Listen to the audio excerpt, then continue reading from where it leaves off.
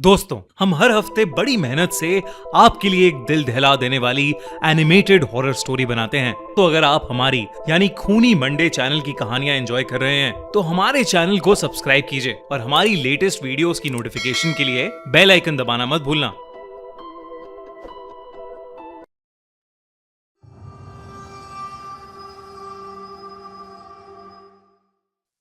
Frankenstein राफ्ती गांव Italy के पहाड़ों के बीच एक ठंडा, छोटा और शांत सा गांव था। रात का समय था, आसमान में घने बादल थे और हवा के झोंकों के साथ चर्च की घंटी की हल्की सी गूंज सुनाई दे रही थी। विटोरियो, जो कि 14 साल का एक पतला दुबला सा लड़का था, अपने हाथ में एक छोटी सी थैली लिए वापस घर जा रहा था। गांव के एक दुकानदार से ब्रेड और थोड़ा चीज खरीदकर रास्ता बिल्कुल सुनसान था। तभी उसे अपने पीछे से किसी के चलने की आवाज आई। वो आवाज सुनते ही उसके कदम रुक गए। उसे महसूस हुआ कि जैसे कोई उसके पीछे खड़ा सांस ले रहा है, शायद कोई लंबा चौड़ा आदमी। विटोरियो ने पलट कर देखा, पर वहां कोई नहीं था। लेकिन फिर आसमान में एकदम से बिजली चमकी और उस बिजली में उस सुनसान रास्ते पर उसे एक आदमी खड़ा हुआ दिखा। अलग अलग सड़ते हुए शरीरों के टुकड़ों से बना, अलग अलग जगह से तारें निकली हुई और सड़ते हुए मांस की बदबू से भरा वो मॉन्स्टर वहीं खड़ा हंस रहा था। हाथ में एक जानवर का आधा सड़ चुका शरीर, जिसके पास से कॉपर के तार निकले हुए थे, अपने हाथ में लिए। ये देखकर विटोरियो का गला सूख गया। उसने कुछ नहीं सोचा, बस वहां से भाग गया। पर कुछ दूर जाते ही उसे महसूस हुआ कि जैसे वो मॉन्स्टर उसके पीछे भाग रहा है। विटोरियो और तेजी से भागता रहा और चर्च के पास पहुंचकर जब उसने पीछे मुड़कर देखा तो वो मॉन्स्टर सड़क के किनारे से अंधेरे में कहीं गायब हो गया। विटोरियो भागकर अपने चाचा एरन के घर पहुंचा, जहां वो कुछ दिनों से रह रहा था। दरअसल 2 महीने पहले उसके माँ बाप की डेथ हो गई थी। उनकी मौत को लोग एक्सीडेंट कहकर टाल देते थे, पर विटोरियो जानता था कि उन्हें उसी मॉन्स्टर ने मारा था। उनके शरीर मिलने पर उनके साथ कॉपर के तार, एसिड के दाग और बिजली के जले निशान मिले थे। विटोरियो तब से चुप था। उसके चाचा, एक पुराने सर्जन, अक्सर कहते थे कि विटोरियो के माँ बाप कुछ ऐसे एक्सपेरिमेंट्स कर रहे थे जो दुनिया के नेचुरल लॉस के खिलाफ थे। विटोरियो उस मॉन्स्टर से बहुत घबराया हुआ रहता था। एक रात विटोरियो अपने कमरे में सो रहा था जब अचानक उसे बहुत ठंड लगने लगी। उसके कमरे में एक तेज हवा का झोंका आया। जब विटोरियो ने देखा तो उसकी खिड़की खुली हुई थी। पर यह अजीब था, क्योंकि वो रोज रात में खिड़की बंद करके सोता था। वो जैसे ही खिड़की को बंद करने उठा, उसे एक लंबे चौड़े आदमी की परछाई दिखी। बाहर अचानक से तेज बारिश शुरू हो गई और बिजली कड़कने लगी। उस कड़कती बिजली में वो भयानक मॉन्स्टर उसे फिर से दिखा। इस बार उसके हाथ में विटोरियो के माँ बाप के कटे हुए सर थे। ये देखते ही विटोरियो की चीख निकल गई और वो भागकर अपने अंकल एरन के पास गया। लेकिन जब वो कमरे में आए तो उन्हें कुछ नहीं दिखा। उसके चाचा ने उसका सर छुआ तो उन्हें एहसास हुआ कि विटोरियो को बहुत तेज बुखार आ गया था। अंकल एरन ने उसे दवाई खिलाकर सुला दिया। पर अगली सुबह जब विटोरियो की आंख खुली तो उसने देखा कि उसके कमरे के बाहर छोटे छोटे जानवरों की लाश पड़ी है, जिनके अलग अलग हिस्से एक दूसरे से जुड़े हुए हैं और सबके शरीर में इलेक्ट्रिसिटी शॉक्स के दाग हैं। कॉपर के पतले तार उनके इर्द गिर्द पड़े हैं, जैसे कोई उन्हें जोड़कर कुछ बना रहा हो।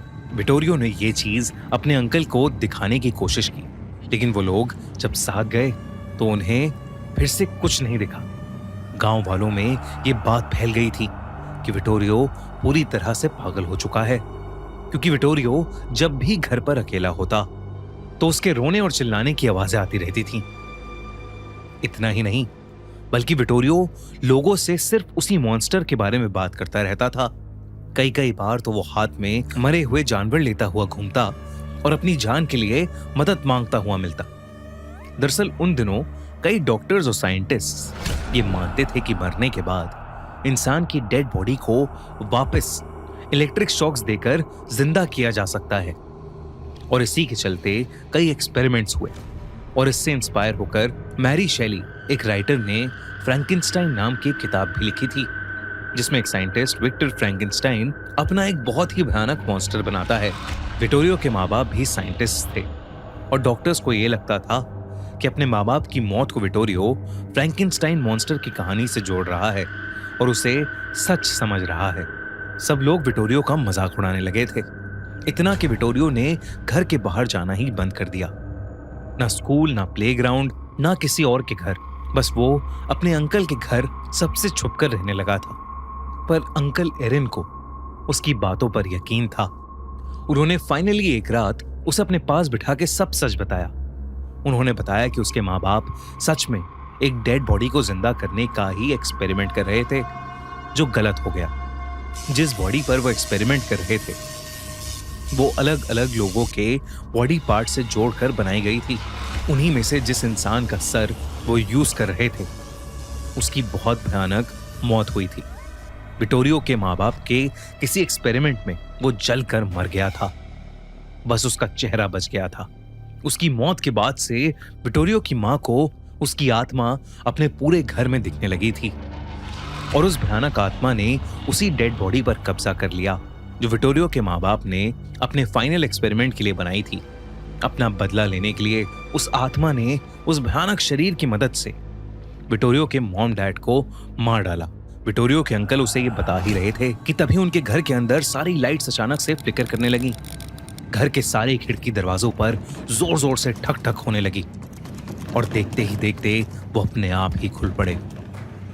साथ ही सारी लाइट्स अचानक से बंद हो गईं।